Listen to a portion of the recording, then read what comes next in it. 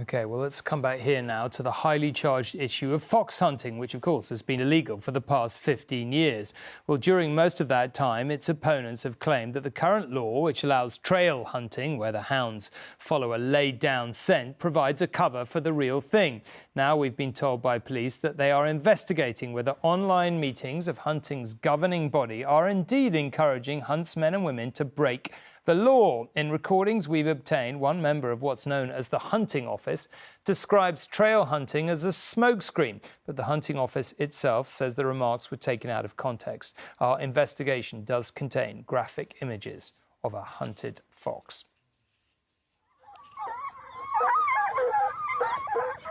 Scenting blood, a pack of hounds close in on their prey.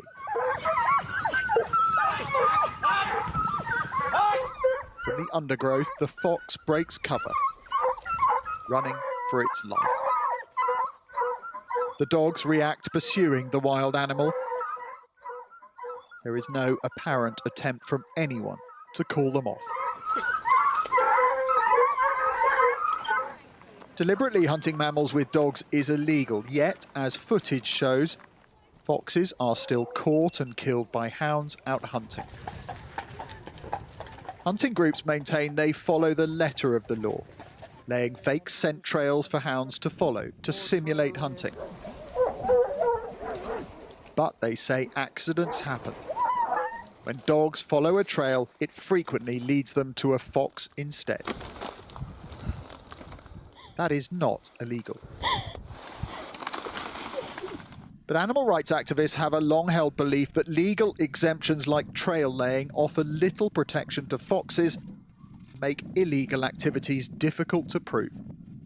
When hunts and activists clash, the countryside becomes a hostile environment. Get off it! What are you doing?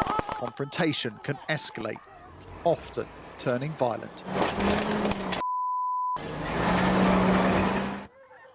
Now police are investigating after videos emerged of online meetings held this summer by hunting's governing body, the Hunting Office. They say the seminars clearly dealt with legal trail hunting and managing animal rights activism. But activists argue they raise questions about language and motives of some in the sport. One of the contributors explained to the online audience what to do when saboteurs were in the area. If you've got saboteurs out with you in any shape or form, we need to have clear, visible, plausible trail laying being done throughout the day. It's a lot easier to create a smokescreen if you've got more than one trail layer operating.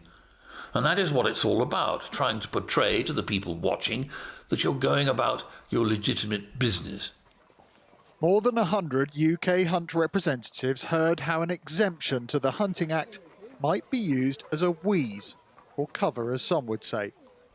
The law states you can use a pack of dogs to flush a wild mammal to be hunted by a bird of prey. Now that's a terribly good wheeze for holding up, and I think that everyone during autumn hunting ought to be considering that.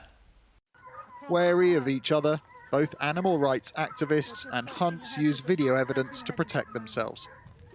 Another contributor to the meeting warned hunters to be careful of what they're recording, to only record the legal things they do. What you don't want to be doing is filming after you've finished laying your trail and filming something that you don't want then to be shown to anybody. So yes, everybody with cameras and videos and recording has got to be very careful about what they're recording. Make sure that we only record all the legal things that we do, because of course we only do legal things. The Hunting Act aimed to prevent foxes being killed and disposed of as seen here, but it doesn't prohibit hunts from going out. The police recognise how divisive issues around hunting can be. This is highly emotive and people have very strong views on both sides, and it is for the police to review it calmly in conjunction with the Crown Prosecution Service and come to a conclusion about exactly what has taken place. The Hunting Office chose not to comment on police investigating the webinars, but they say viewed objectively the purpose of the webinars is very clear, and the allegation that they were organised to discuss covering up unlawful activities is incorrect and can only be made by taking a few individual short comments completely out of context. Their opponents, on the other hand, see the videos differently. Well, these films clearly demonstrate that there are serious questions that need to be answered from both the Countryside Alliance and the Hunting Office. So we're delighted that the police are looking into this and investigating the issue.